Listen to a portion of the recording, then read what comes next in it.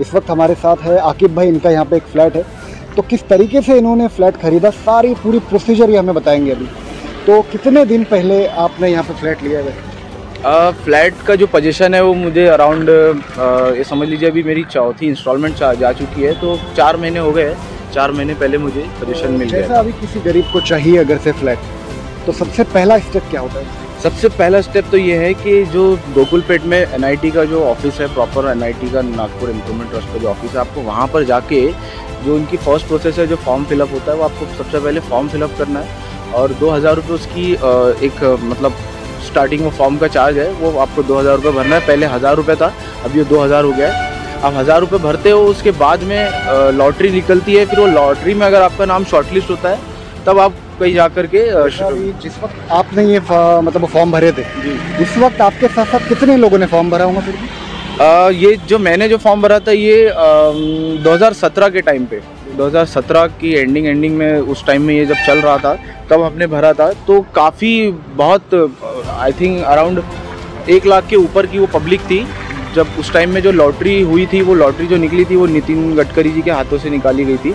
तो बहुत सारी पब्लिक थी और मुझे एग्जैक्ट वो ऑफिस का नाम याद नहीं है, वो कहीं और कोई और हॉल था जहाँ पे वो बहुत बड़ा प्रोग्राम हुआ था। सो वहाँ पर ये प्रोसेस हुई थी। वहाँ से उसी टाइम पे लॉटरी में कुछ लोगों के नाम निकल चुके थे और हमारा जो नाम था वो वेटिंग लिस्ट में था, तो हमें बाद में मिला क्योंकि हमारा नाम वेटिंग लिस्ट पे था। तो कितने लोगों को के नाम लॉटरी में आए फिर उसके बाद? लॉटरी में एग्जैक्ट मुझे पता नहीं है, वो जो लिस्ट आई है मैं उसमें देखकर बता। कितने फ्लैट्स होंगे यहाँ पे ऐसे टोटल? हाँ, यहाँ का अगर काउंट किया जाए तो यहाँ पे अराउंड आई थिंक 512 कुछ यहाँ के काउंट फ्लैट होते हैं। तो उसमें से अभी तक के समझ लीजिए कि 100 फ्लैट का पोजीशन हो चुका है तरीके से। और कितने ऐसे बिल्डिंग्स बने हैं नागपुर में? टोटल मुझे जहाँ तक पता है 4 है।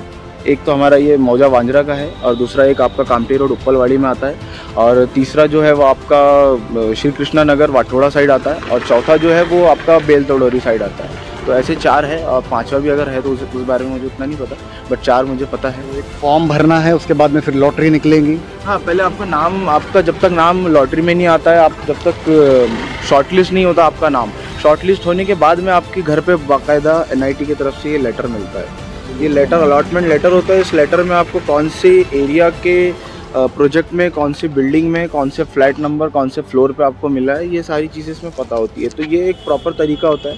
जब तक आपको अलॉटमेंट लेटर नहीं मिलता आप फ्लैट के हकदार नहीं होते हो। टोटल कितने का होता है वैसे ये फ्लैट अगर देखा जाए तो ये डिपेंड करता है एक्चुअली, जो फ्लोर वाइज होता है। सबसे जो फर्स्ट फ्लोर है, ग्राउंड फ्लोर, वो डिसेबल्ड अपंग लोगों के लिए होता है, तो उसका प्राइस थोड़ा आई थिंक कम होता है, बाद में वो बढ़ता है, ऐसा रहता है उसका। तो मैंने जो हमारा जो 3rd फ्लोर पे है उसका प्राइस जो है वो समझ लीजिए हमें पड़ा है 12 लाख रुपए का और 50,000 रुपये एनआईटी का मेंटेनेंस चार्ज है। तो ऐसे 12.5 लाख रुपए का टोटल पड़ गया है, जिसमें से 2.5 लाख रुपए गवर्नमेंट की सब्सिडी है।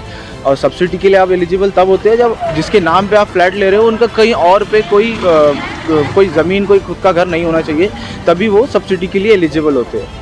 तो ये समझ लीजिए 10 लाख रुपए का ये पड़ जाता है। तो स्टार्टिंग में जिसमें आपको सिर्फ मात्र 50,000 रुपये मेंटेनेंस चार्ज देना है, बाकी का जो आप कम्प्लीटली जो रिमेन अमाउंट बच रहा है वो बैंक से फाइनेंस करा सकते हैं। 12 लाख रुपए का एक फ्लैट आपको क्या लगता है कोई गरीब खरीद पाएगा? क्योंकि लोन भी एक गरीब इंसान जो हाथ मजदूरी करता है उसे बैंक लोन किस बुनियाद पे देंगे? हाँ, वो तो है। और मतलब क्या होता है कि बहुत सारे डॉक्यूमेंट्स भी लगते हैं, इनकम सोर्स देखते हैं, वो ITR लगते हैं। और एक नॉर्मल गरीबों के लिए कैसे हो सकते हैं? एक नॉर्मल आदमी ITR फाइल वगैरह ये सारी चीज़ें उसे पता भी नहीं होती है, तो वो ITR फाइल करने की तो दूर। ठीक है, हमें पता था, हमें बहुत सारी चीज़ें पता थी, तो हमने ITR फाइल पहले से हम कर रहे थे, बाकी के हमारा इनकम सोर्स भी है तो हो गया। और 11,000 रुपये की कुछ 20 साल की हमारी इंस्टॉलमेंट बनी है। तो एक गरीब आदमी के लिए 11,000 रुपये की इंस्टॉलमेंट अफोर्ड करना बहुत साल की है? ये 20 साल की इंस्टॉलमेंट है। अगर आप इसको, जी हाँ, 12.75 12.75 के रेट ऑफ इंटरेस्ट से ये IIFL बैंक से हमारा फाइनेंस हुआ है। बहुत सारी बैंक है जहाँ से आप कर सकते हो। और जो गवर्नमेंट बैंक होती है वो तो उतना लोन देती नहीं है, वो 6 लाख, जैसे यूनियन बैंक है, SBI है, तो ये 6-7 लाख के ऊपर देती नहीं है। लेकिन इनको प्रॉपर ITR चाहिए, उसके बाद में एक अच्छी इनकम सोर्स। और ये मोस्ट प्रोबेबली क्या होता है कि ये जो सैलरीड पर्सन होते हैं, जो सर्विस वाले होते हैं, उनको पहले टारगेट करते हैं, उनको पहले जल्दी देते हैं। अभी गरीबों को जो धोखा दिया गया है लोगों को ऐसा लगता है कि भाई मुझे इस व्यक्ति की बड़े बड़े लोगों से सेटिंग है, इस वजह से मुझे महज 1,60,000 में लोगों को तो वादा किया गया था, 1,60,000 में आपको फ्लैट दिला देंगे। तो कैसा पॉसिबल है? किसी व्यक्ति को गवर्नमेंट ने ऐसा एजेंट के तौर पे रखा है? नहीं नहीं, ऐसा इंडिविजुअली कोई ऐसा एजेंट नहीं है कि सारी प्रोसेस उसके थ्रू की जाए, ऐसा कुछ नहीं है। प्रॉपर जो भी प्रोसेस है वो जो गोकुलपेट में जो एनआईटी का ऑफिस है, आपको वहीं पे जाना है, वहाँ पे सारे एजेंट्स बैठे होते हैं, आपको उन्हीं से बात करना है। और सबसे मैंने जो पहले चीज़ बताया, जो ये लेटर, अलॉटमेंट लेटर, अगर आपके पास ये अलॉटमेंट लेटर नहीं है, मतलब आप हो ही नहीं, आप हकदार हो ही नहीं। आपको बिना अलॉटमेंट लेटर के अगर कोई वादा कर रहा है फ्लैट देने का, तो वो स्कैम कर रहा है आपके साथ।